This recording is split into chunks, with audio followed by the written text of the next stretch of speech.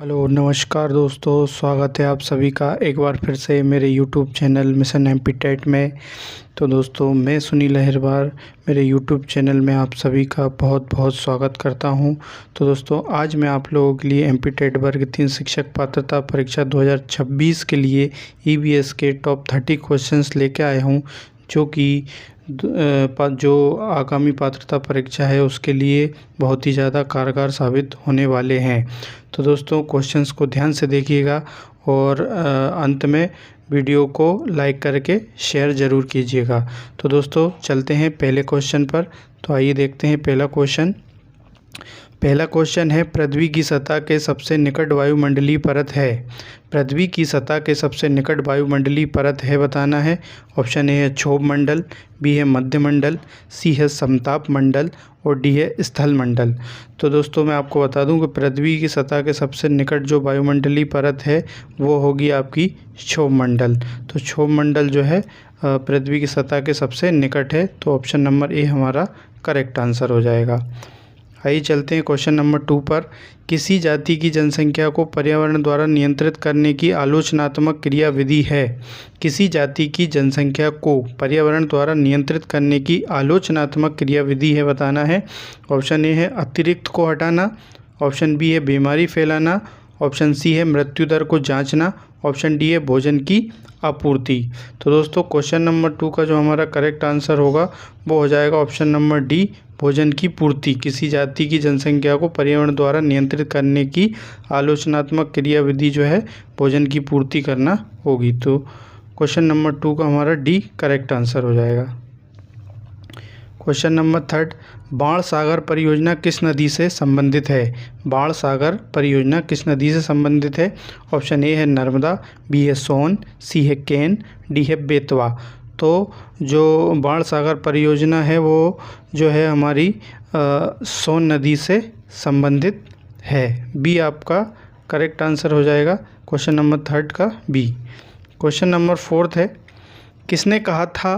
किसने कहा था प्रदत्त कार्यविधि शिक्षण और अधिगम की प्रक्रिया में एक महत्वपूर्ण कदम है। किसने कहा था प्रदत्त कार्यविधि शिक्षण और अधिगम की प्रक्रिया में एक महत्वपूर्ण कदम है। ऑप्शन ए है डगलस, ऑप्शन बी है डीवी, सी है प्याजे और डी है एस मॉरिस। तो दोस्तों, ऑप्शन नंबर ए हमारा यहाँ पर करेक्ट हो जाएगा। डगलस ने कहा था प्रदत्त कार्यविधि शिक्षण और अधिगम की प्रक्रिया में एक महत्वपूर्ण कदम है। तो 4th का हमारा ऑप्शन ए करेक्ट हो जाएगा। क्वेश्चन नंबर 5 पर चलते हैं। क्वेश्चन नंबर 5 है, तंबू मोटे कपड़े से बने होते हैं जिन्हें कहा जाता है। तंबू मोटे कपड़े से बने होते हैं जिन्हें कहा जाता है। ऑप्शन ए है कैनवास, बी है सूती कपड़ा, सी है प्लास्टिक का पतरा और डी है रेशमी कपड़ा। तो 5th का जो हमारा करेक्ट आंसर है ऑप्शन नंबर ए हो जाएगा कैनवास। जो तंबू मोटे कपड़े के बने होते हैं जिन्हें हम कैनवास कहते हैं। तो 5th का हमारा ए यहाँ पर करेक्ट हो जाएगा। क्वेश्चन नंबर 6, ग्रामीण क्षेत्रों में भारत सरकार ने केंद्रीय ग्रामीण स्वच्छता कार्यक्रम CRSP कब शुरू किया। ग्रामीण क्षेत्रों में भारत सरकार ने केंद्रीय ग्रामीण स्वच्छता कार्यक्रम CRSP कब शुरू किया था। ऑप्शन ए है 2012, बी है 1999, सी है 1998 और डी है 1986। तो 6 का जो हमारा करेक्ट आंसर हो जाएगा CRSP जो है 1986 में शुरू हुआ था ग्रामीण क्षेत्रों में। तो क्वेश्चन 6 का हमारा डी करेक्ट हो जाएगा। आइए चलते हैं क्वेश्चन नंबर 7, निम्नलिखित में से किस कारण से अतिसार रोग होता है। दोस्तों, ये क्वेश्चन काफ़ी ट्रेंड हो रहा है। ये क्वेश्चन विगत वर्षों में जितनी भी पात्रता परीक्षा हुई हैं एमपी टेट की, लगभग सन 2011 से 2024 इसमें काफ़ी बार ये क्वेश्चन ट्रेंड हुआ है ईवीएस में। तो इस क्वेश्चन को आपको विशेष फोकस करना है। तो ऑप्शन ए है संतुलित आहार, बी है स्वस्थ वातावरण, सी है व्यक्तिगत स्वच्छता और डी है दूषित जल। तो अतिसार रोग जो है वो किसके द्वारा फैलता है। तो ऑप्शन नंबर डी हो जाएगा हमारा, दूषित जल स्रोत से अतिसार रोग फैलता है। 7 का हमारा डी करेक्ट हो जाएगा। क्वेश्चन नंबर 8 है, अनौपचारिक घरेलू जल जो शौचालय के कचरे के संपर्क में नहीं आता है, विभिन्न प्रयोजनों के लिए उपयोग किया जा सकता है, कहलाता है। ऑप्शन ए है काला पानी, बी है भूरा पानी, सी है ग्रे पानी और डी है सफ़ेद पानी। तो 8 का जो हमारा करेक्ट आंसर होगा ऑप्शन नंबर सी हो जाएगा, ग्रे पानी। अनौपचारिक घरेलू जल जो शौचालय कचरे के संपर्क में नहीं आता है, तो वो हो जाएगा हमारा प्रयोजनों के लिए उपयोग में लाया जा सकता है, वो होगा ग्रे पानी। तो क्वेश्चन नंबर 8 का आपका सी करेक्ट हो जाएगा। क्वेश्चन नंबर 9, एक पत्नी एक से अधिक पति वाला परिवार, एक पत्नी के एक से अधिक पति वाला परिवार क्या कहलाता है, बताना है। आसान सा क्वेश्चन है दोस्तों। तो ये इसका करेक्ट आंसर मैं आपको बता देता हूँ कि बहुपति परिवार कहलाएगा। एक पत्नी के एक से अधिक पति जो होता है तो वो बहुपति परिवार हो जाता है। ऑप्शन ए हमारा करेक्ट हो जाएगा। क्वेश्चन नंबर 10 है, निम्न में से किस में आयरन लोह तत्व पाया जाता है? निम्न में से किस में आयरन लोह तत्व पाया जाता है, बताना है। ऑप्शन ए है केला, बी है हस्क, सी है साधारण नमक और डी है अंगूर। तो 10 का जो हमारा आयरन लोह तत्व जो सबसे ज़्यादा पाया जाता है वो केले में पाया जाता है। ए हमारा करेक्ट हो जाएगा यहाँ पर। क्वेश्चन नंबर 11, निम्नलिखित में से कौन सा शब्द तलछट और झरझरा स्थान का क्षेत्र है जो एक धारा के नीचे और साथ में होता है, जहां उथले भूजल और सतही जल का मिश्रण होता है? तो ऑप्शन ए है हाइपोरिक क्षेत्र, बी है हाइड्रोफिलिक क्षेत्र, ऑप्शन सी है हाइपोडर्मिक क्षेत्र, ऑप्शन डी है हाइड्रिला क्षेत्र। तो 11th का जो आपका करेक्ट आंसर होगा ऑप्शन नंबर ए हो जाएगा, हाइपोरिक क्षेत्र। ऑप्शन ए 11th का करेक्ट आंसर। क्वेश्चन नंबर 12 है, डैश डैश डैश और डैश डैश डैश सबसे आम बिल बड़ीकरण प्रक्रिया हैं। दोस्तों ये बिल बड़ीकरण ही है, गलत नहीं लिखा है, आपको ध्यान से देखना है। बिल बड़ीकरण प्रक्रिया हैं, सबसे आम बिल बड़ीकरण प्रक्रिया हैं। ऑप्शन ए है बाष्पीकरण और संघनन, बी है परासरण और संगठन, सी है नाइट्रिफिकेशन और एजिमिलेशन, और ऑप्शन डी है डिस्टिलेशन और रिवर्स ऑस्मोसिस।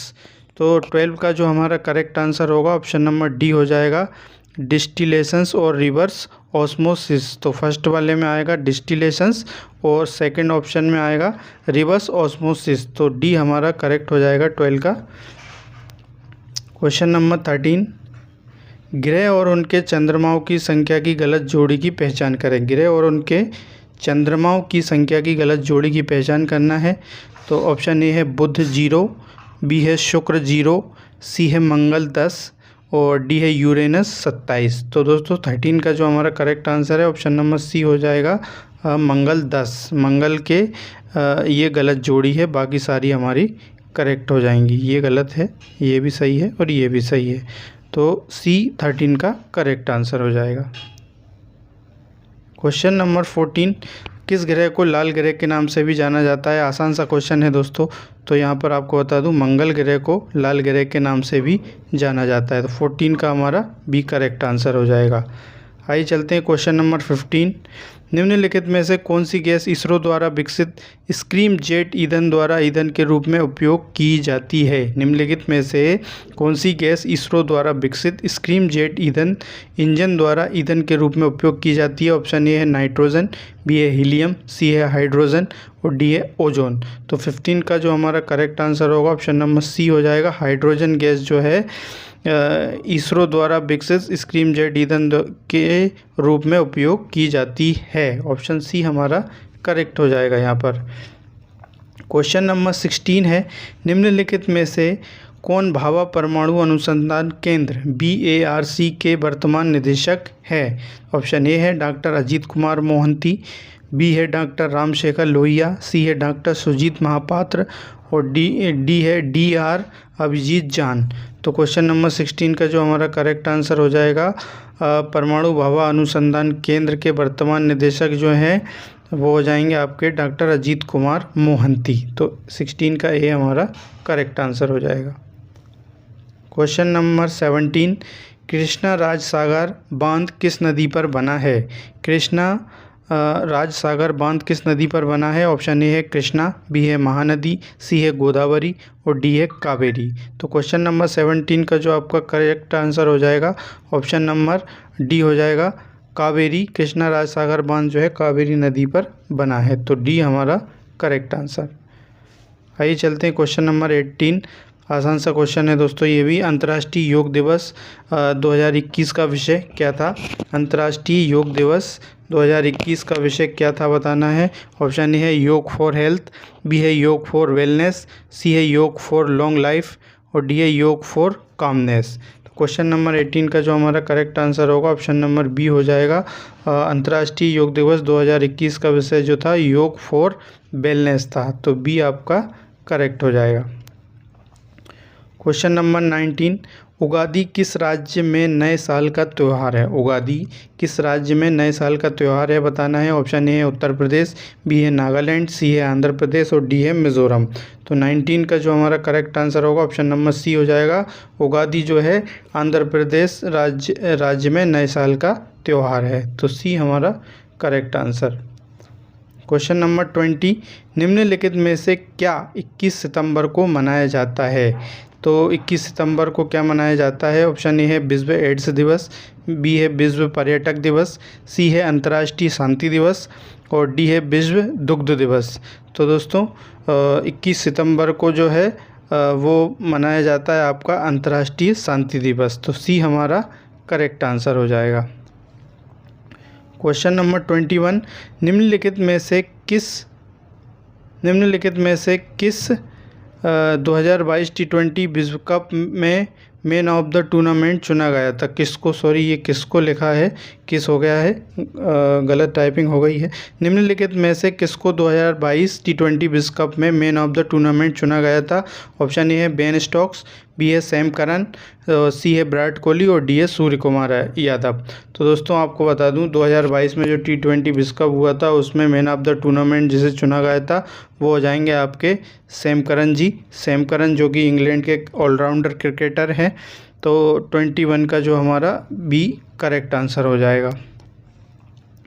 क्वेश्चन नंबर 22 है 1948 में तत्कालीन भारतीय एल्यूमिनियम कंपनी INDAL द्वारा भारत की पहली एल्यूमिना रिफाइनरी कहाँ शुरू की गई थी? तो ऑप्शन ए है पश्चिम बंगाल, बी है उड़ीसा, सी है झारखंड, डी है मध्य प्रदेश। तो 22 का हमारा जो करेक्ट आंसर होगा ऑप्शन नंबर सी हो जाएगा। झारखंड में 1948 में तत्कालीन भारतीय एल्यूमिनियम कंपनी द्वारा भारत की पहली एल्यूमिना रिफाइनरी झारखंड में शुरू की गई थी।